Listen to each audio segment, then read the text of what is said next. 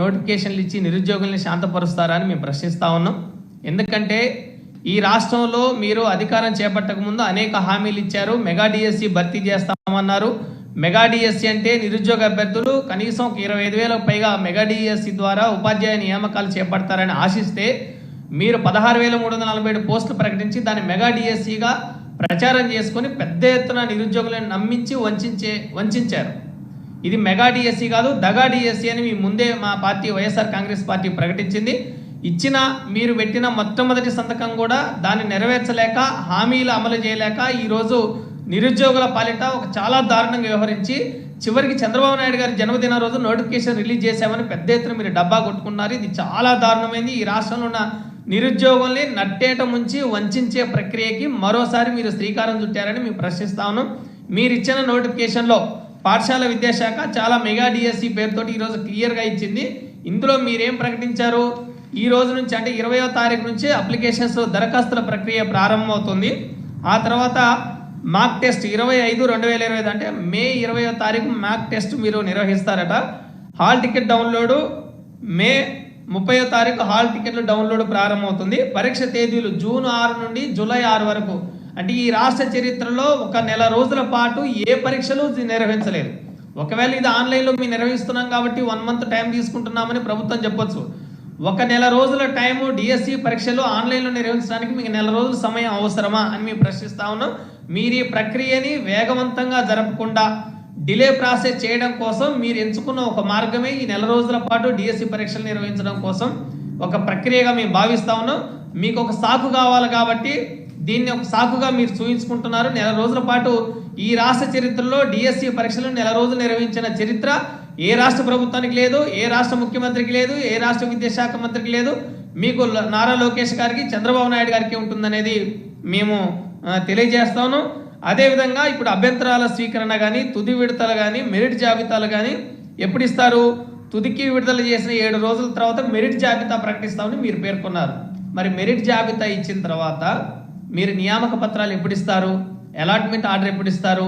ఎప్పుడు టీచర్ పోస్టులు ఏ స్కూల్కి వాళ్ళు టీచర్లు అంటే ఎంపికైన టీచర్లందరూ వాళ్ళ స్కూళ్ళకి వెళ్ళి బోధన చేయడానికి మీరు కట్ ఆఫ్ డేట్ ఏమైనా ఇందులో ఇచ్చారా? మీరు ఏది ఇవ్వలేదు అంటేనే అర్థమవుతుంది. మీరు డిఎస్సి పేరుతోటి మరోసారి వంచన చేసి నిరుద్యోగుల్ని తీవ్రంగా వంచడం కోసం మీరు ఎంచుకున్న మార్గమే ఈరోజు మెగా డిఎస్సి పేరుతోటి చాలా కాలయాపన. మీరు చెప్పారు నారా లోకేష్ గారు, మేము ప్రతి జనవరిలో జాబ్ క్యాలెండర్ ఖచ్చితంగా ఇస్తాము. ఏ జాబ్ క్యాలెండరు, ఏ జాబ్ ఇస్తున్నాము, ఎన్ని జాబులు కల్పిస్తున్నాము, ఎప్పటిలోగా అలాట్మెంట్ ఆర్డర్ ఇస్తాము అనేది మీరు స్పష్టంగా ప్రకటించారు. అది ఇవ్వకపోతే మా కాలర్ పట్టుకుని అడగండి అని మీరు చెప్పారు. మేము అడుగుతా ఉన్నాం నారా లోకేష్ గారిని, మీరు జాబ్ క్యాలెండర్ ఇస్తామన్నారు, ఇప్పుడు 11 నెలలు అవుతా ఉంది. 11 నెలల తర్వాత తిరిగి పాత పోస్టులు మీరు ప్రకటించిన 16,347 పోస్టులకే ఎగ్జామ్ పెడుతున్నట్టు 11 నెలల తర్వాత ప్రకటించారు. మరి 11 నెలల్లో రిటైర్మెంట్ అయిన ఉపాధ్యాయులు ఎంతమంది ఉన్నారు? వాళ్ళ స్థానంలో మీరు కొత్తగా ఎన్ని భర్తీ చేస్తామని హామీ ఇస్తారు? ఆ హామీ ఇచ్చారు, ఎందుకు ఇవ్వలేదు? ఇవన్నీ మీరు ఈ నోటిఫికేషన్లు ఎందుకు పేర్కొనలేదు? అంటే ఈ 11 నెలల కాలంలో ఈ రాష్ట్రంలో స్కూల్ అసిస్టెంట్లు కానీ, ఎస్జిటీలు కానీ, పీఈటీలు కానీ రిటైర్మెంట్ అయిన ఉపాధ్యాయులు లేరా? మరి ఉపాధ్యాయులు ఉంటారు కదా, వాళ్ళ స్థానంలో భర్తీ చేసిన మీరు పాత పోస్టులు ఏవైతే 16,347 ఉన్నాయో వాటినే తిరిగి 11 నెలల తర్వాత ఇప్పుడు మేము భర్తీ చేస్తామని ప్రకటించడం అనేది చాలా హాస్యాస్పదం. మీరు ప్రచారం పెద్ద ఎత్తున చేసుకొని ఈ రాష్ట్రంలో నిరుద్యోగులను తీవ్రంగా వంచిస్తూ ఉన్నారు. ఇప్పటికే పాఠశాల స్థాయిలో గత 5 ఏళ్లలో జగన్మోహన్ రెడ్డి గారు అమలు చేసిన బ్రహ్మాండమైన విప్లవాత్మకమైన సంస్కరణలన్నింటినీ బాతరేసి నాడు నేడు లేకుండా, టోఫెల్ శిక్షణ లేకుండా, ఐబీ సిలబస్ లేకుండా ఇంగ్లీష్ మీడియాన్ని రద్దు చేసి పాఠశాలని చాలా దారుణంగా మీరు తయారు చేస్తూ ఉన్నారు. ఇప్పటికీ 117 జీవోని బూచిగా చూపి ఈరోజు పాఠశాలని ఫౌండేషన్ స్కూల్స్గా మార్చి 30,000 ప్రైమరీ స్కూల్స్ని మీరు ఏ విధంగా సబ్జెక్ట్ టీచర్ లేకుండా చేయబోతున్నారో చాలా క్లియర్గా ఉపాధ్యాయ సంఘాలకి, విద్యార్థులకి, ఈరోజు రాజకీయ పార్టీలందరికీ, పబ్లిక్ కూడా అర్థమవుతా ఉంది. ఈ ప్రభుత్వం విద్యార్థి వ్యతిరేక ప్రభుత్వము, ప్రజా వ్యతిరేక ప్రభుత్వం అనేది అర్థమవుతా ఉంది. మరోవైపు విద్యార్థులకు సకాలంలో ఫీజులు రాలేదు. గత 5 ఏళ్ల కాలంలో జగన్మోహన్ రెడ్డి గారు ఏ నెలల్లో ఏ ఫీజు, ఏ టర్మ్ ఫీజు ఎప్పుడు ఇస్తామనేది పత్రికల్లో ప్రకటనలు ఇచ్చి మరి ఫీజులు ఇచ్చారు. మీ పాలనలో ఈ 11 నెలల కాలంలో విద్యార్థులకు ఫీజులు రాక, చదువు ముందుకు వెళ్ళలేక విద్యార్థులందరూ పనికి వెళ్తున్న పరిస్థితి రాష్ట్రంలో నెలకొని ఉంది. జగన్మోహన్ రెడ్డి గారు 17 ప్రభుత్వ వైద్య కళాశాలను ఏర్పాటు చేస్తే వాటి ప్రైవేట్ పార్ట్నర్షిప్కి ఇచ్చి వాటితో వ్యాపారం చేయడానికి మీరు చాలా ప్రయత్నాలు చేస్తూ ఉన్నారు. ఇది చాలా దుర్మార్గమైంది. విద్యారంగంలో గత జగన్మోహన్ రెడ్డి గారు అమలు చేసిన సంస్కరణలన్నిటినీ పాతరేసి ఇప్పుడు కొత్తగా డిఎస్సి పేరుతో మీ జన్మదిన రోజున మీరు విడుదల చేశారు.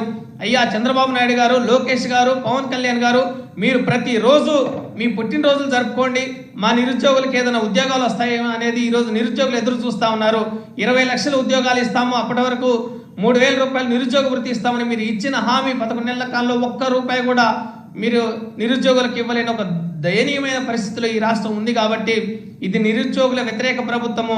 డిఎస్సి పేరుతోటి కాలయాపన చేసి నిరుద్యోగులను వంచే ప్రభుత్వం అనేది చాలా స్పష్టంగా తెలియజేస్తున్నాం ఈ సందర్భంగాని తెలియజేస్తూ, ఈ డిఎస్సిలో ఇప్పటికీ కాలయాపన. మీరు జూన్ 14వ తారీఖు పాఠశాలలు ప్రారంభమయ్యే నాటికి ఉపాధ్యాయ నియామకాలు పూర్తి చేస్తాము, ఈ 16,347 పోస్టులని మీరు ఏదైతే ప్రకటించారో మీరు ఇచ్చిన మాట మీద నిలబడకుండా ఈరోజు జూలై 6వ తారీఖు వరకు కూడా మీరు పరీక్షలు నిర్వహించి నియామకాలు ఎప్పుడు చేస్తారు? సెప్టెంబర్, అక్టోబర్, నవంబర్ నాటికి మీరు నియామకాల ప్రక్రియకి వెళ్తారు. అంటే దీని అర్థం ఏంటంటే ఈ ప్రక్రియ మొత్తాన్ని ఆలస్యం చేసి మేము పోస్టులు భర్తీ చేశామనేది మీరు ప్రచారం చేసుకోవడమే తప్ప నిజంగా నిరుద్యోగుల కోసం కాదనేది చాలా సీరియస్గా ప్రజలకి అర్థమవుతా ఉంది. అందుకనే ప్రజలందరూ గమనించాలి.